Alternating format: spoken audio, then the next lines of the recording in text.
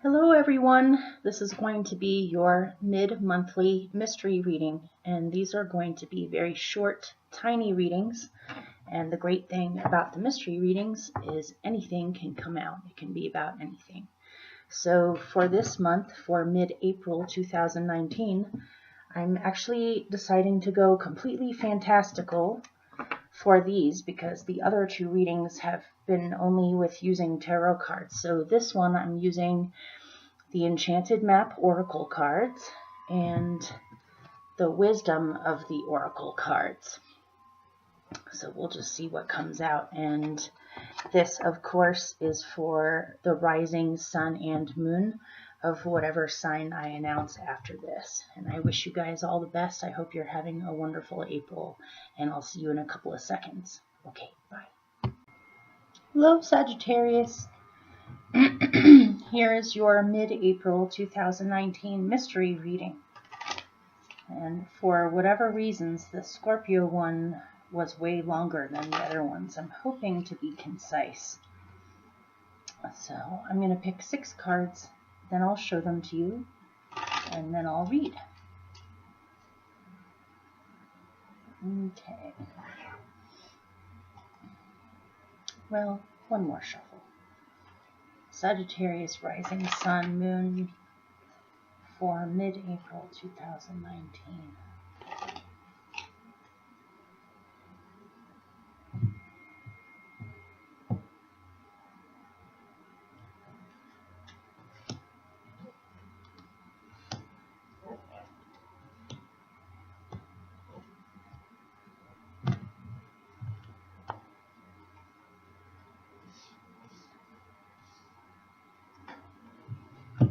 Okay,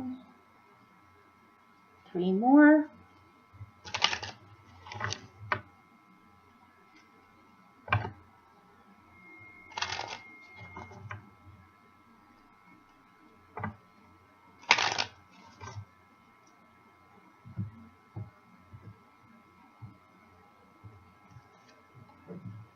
Ooh, this looks interesting.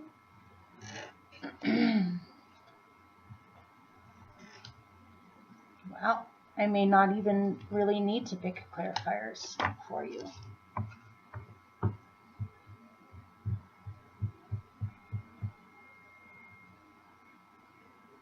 Okay, I am going to pick one clarifier.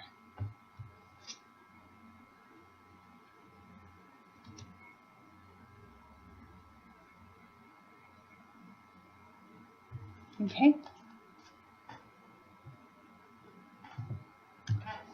Here are your 6 cards. You have encouragement,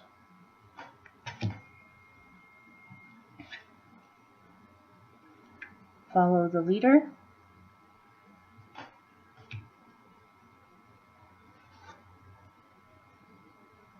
field of dreams,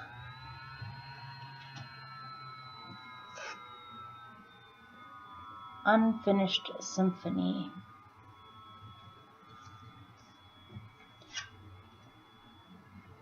co-create,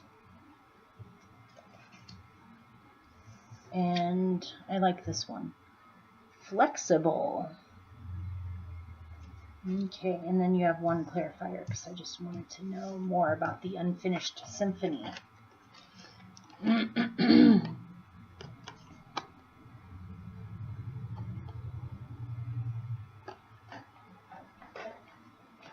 So presently, for you Sagittarians, you have encouragement over unfinished symphony.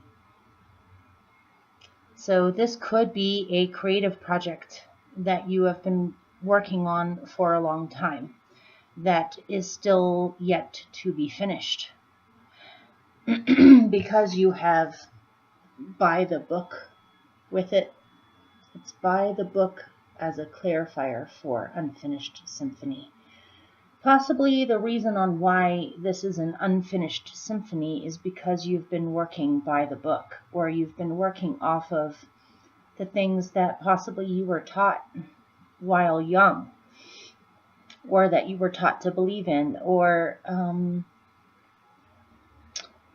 based off of tradition, but what I'm getting is that the reason why it's unfinished is because you need to step outside of the box. You can still honor the things that you were encouraged with or taught, and you can still incorporate some aspects of what you know or what you've been taught or tradition that are healthy for the situation, but there is something yet to come.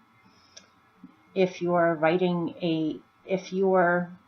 hearing music in your head and you're trying to get it down, you may want to tweak it a little bit. Or if you've been writing a book, and the book is not finished yet, there's a sudden twist that you need to put in there, or something unexpected, or something original, or something different.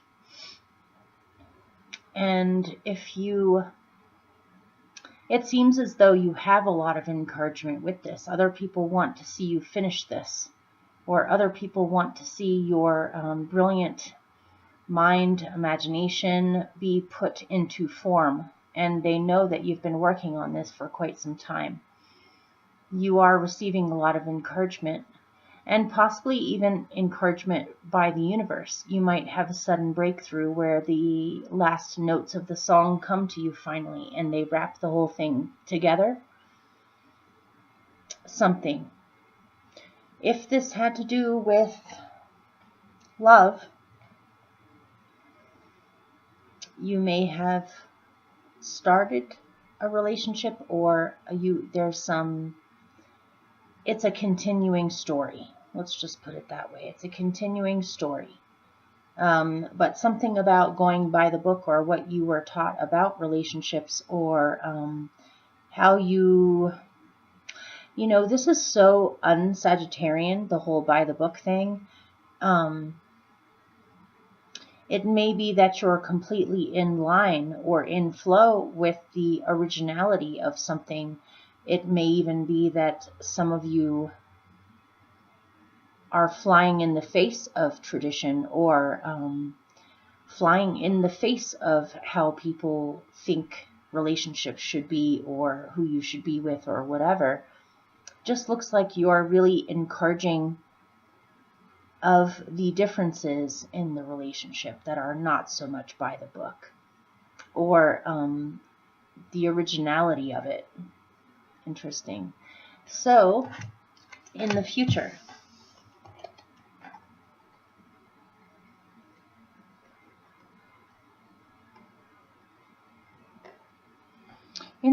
you have follow the leader with co-create. And I find this fascinating. And if you look in the follow the leader card, it's a fairy, a duckling, a goose, a sparrow, and a full-grown duck, all following each other. It's hard to tell who's following who. I think they're following the fairy, and the fairy is leading in this. But I'm thinking of the game Follow the Leader from when we were kids, where everyone gets a chance to be the leader in the game. First you follow one leader, and then you decide to switch hands and have someone else be the leader. Everyone gets a chance to be the leader. Everyone gets a chance to follow the leader. It's a game.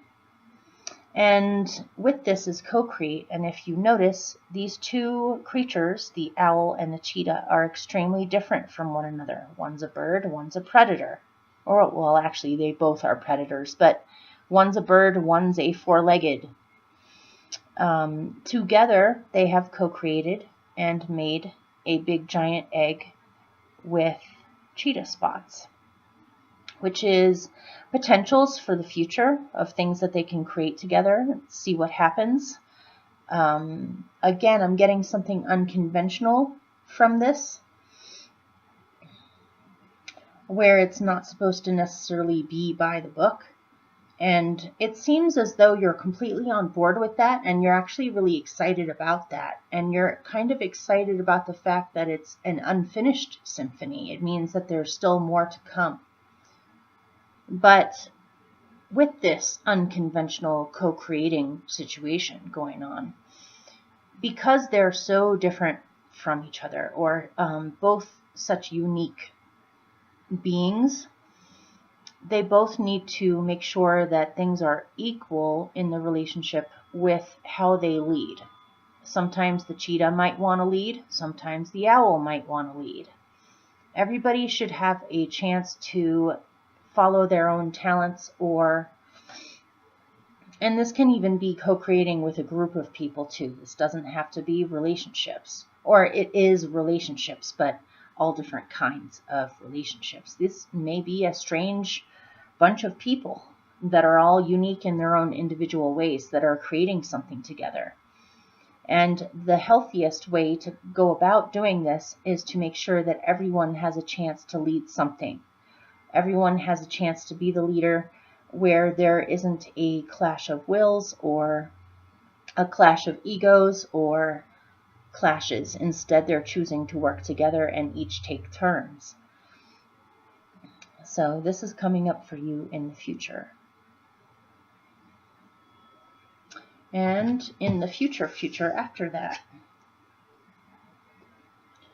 you have Field of Dreams with Flexible. They both have eggs in them. And there's also the cheetah egg too. You have a lot of eggs in this reading. Easter. So in the Field of Dreams, those eggs are going to hatch any day now. They have nurtured these eggs for a while. They're biding their time with creative pursuits while they're waiting for their eggs to hatch. And these eggs are dreams that are hatching, or dreams that are coming into being. And in order for you to have these dreams come about in the best possible way, you need patience to allow it to grow in its own natural timing, and also to use that extra time to do things that you enjoy, or to nurture yourself, and to have certainty that these dreams are going to hatch. But something about it requires you to be extra flexible. On being flexible on how things come about, or how things hatch, or how things grow. To be flexible, to roll with the tides, or to roll with the changes. To be flexible enough to switch direction if you need to, come up with extra plans if you need to adapt if you need to. This all around looks amazing to me. It seems as though you're more than willing to do that. And actually, I'm getting a feeling of excitement from this reading, where this is extremely exciting for you. And you have it in you to be extremely flexible and open for inspiration to come.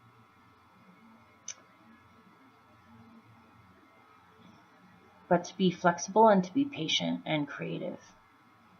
Okay, hopefully that helped or made sense.